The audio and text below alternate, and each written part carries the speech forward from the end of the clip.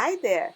Thank you for watching my channel. Today I will show you step by step how to make the most requested recipe, French macaron. Originally, macaron is a sweet meringue-based cookie introduced in France by the Italian chef of the Queen Caterina de' Medici during the Renaissance.